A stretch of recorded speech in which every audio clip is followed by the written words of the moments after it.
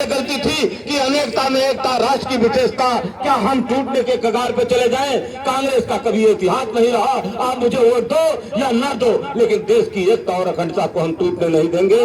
भाइयों, हम इसीलिए हारे क्योंकि आप देश की एकता और अखंडता पर विश्वास नहीं रह पाए, और मेरी पार्टी जिसने धरती को लहू से सींचा, हम एकता और अखंडता की बात करते रहे और करते रहेंगे। आप जब देश की एकता अखंडता का मतलब समझ जाना तो मुझे वोट देना। ये मेरा गिला शिकवा है अपने भाइयों के साथ। क्यों? देश की आजादी में, शहादत में जिन लोगों ने, जिन आरएसएस के लोगों ने, जिसको आप कहते हो कि आज भारतीय जनता पार्टी जो सरकार बना के बैठे हैं, 2 लाख किसान वहां पे पानी से महलाए जा रहे हैं, और उत्तर प्रदेश के किसान जिनको कोहराम मचा देना चाहिए, मुझे लगता है यहाँ बैठा हुआ हर किसान मौजूद है।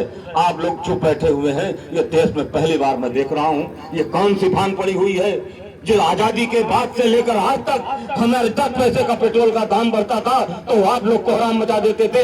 यही जनता है, ये स्मृति ईरानी आप सिलेंडर लेकर के सड़कों पर चूड़ियां भेंट कर रही थी। भाइयों, तब यही जनता थी। लगता था कि हम लोगों ने कोई अपराध कर दिया। 100 रुपए का डीजल अभी जल्दी बढ़ा हुआ है, चलता चुप है। ये कौन सी आवाज है? ये कौन सा डर है? ये भाइयों मैं आपसे पूछना चाहता हूँ, क्या मेरी यही दिक्कत है कि 50 साल में मैंने अपने कांग्रेस का कार्यालय नहीं बनवाया? उन्होंने 2000 करोड़ का कार्यालय बनवाया।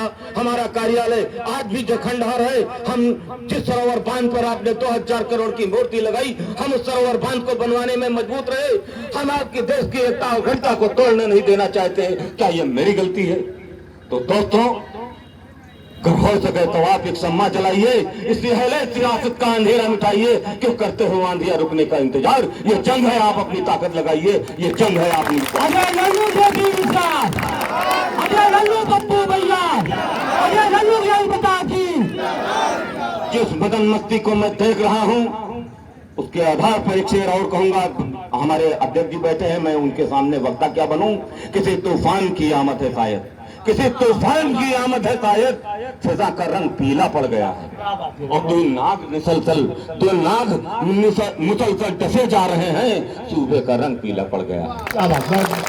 भाइयों, इन 2 ठगों से सावधान हो जाओ, वरना ये गुजराती ठग जिन्होंने आपको एकता और अखंडता को खतरे में डालकर फूटो और राज करो के नाम पर जो राज करते चले जा रहे हैं। हमारे अपने परिवार के बच्चों को, जो कल आने वाला बच्चा बैठा है, उसको शिक्षा की जरूरत है, उसको नौकरी की जरूरत है, हमें आपको रोटी की जरूरत है, हमें डेवलपमेंट की जरूरत है। आज मैं बताऊंगा कि कांग्रेस पार्टी ने जो किया है, चाहे वो दे हमारे जिले की बात करूंगा कि महती विधानसभा में ले जाइए तो वो बंधा कांग्रेस ने बनवाया। अगर अस्पताल की बात करें तो मेडिकल कॉलेज कांग्रेस ने बनवाया। 4 चीनी की मिलें हैं तो वह कांग्रेस को बंदे बनवाया। अगर जिस स्कूल में बच्चे पढ़ते हैं, नरेगा गारंटी योजना के तहत आप मिल देते हैं, वो कांग्रेस ने बनवाया। आपके वृद्धावस्था पेंशन की बात करूं तो वो कांग्रेस ने दिया, और भाजपा वालों ने ये क्या दिया? देश की अखंडता आपको हिंदू और मुसलमान बना दिया।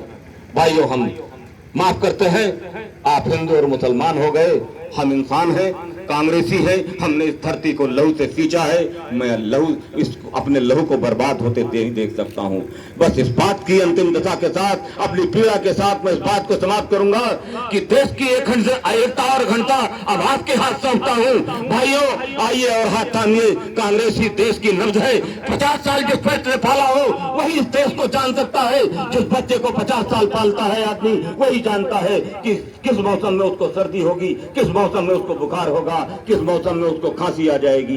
तो 50 साल मैंने पाला है। जिस देश में 50 साल जो किया गया वही है। अब स्थिर हो गया, आप उल्टा चल रहे हो, आर्थिक गुलामी की तरफ जाने वाले हो। चाहो तो ठहर जाओ और चाहे गुलाम हो जाओ। हम फिर से एक आजादी की लड़ाई लड़ लेंगे, लेकिन अपनी बात हम कहते रहेंगे। हम हारने वाले नहीं रहे हैं। हम भारतीय जनता कांग्रेस के अध्यक्ष के बतौर मैं आपको आश्वासन दिलाता हूं कि हमारे एक कार्यकर्ताओं पर अगर आ जाएगी तो मैं 10-10, 20-20 गाड़ियों के साथ मैं आऊंगा और आपकी पीड़ा को उठाने के लिए तत्पर हूं। मैं मर जाऊंगा लेकिन आपको अकेला नहीं छोड़ूंगा। दोस्तों, आप मैं अपना दामन बढ़ाता हूं। थाम लो दोस्तों, ये वक्त लौट कर नहीं आएगा। जय हिंद।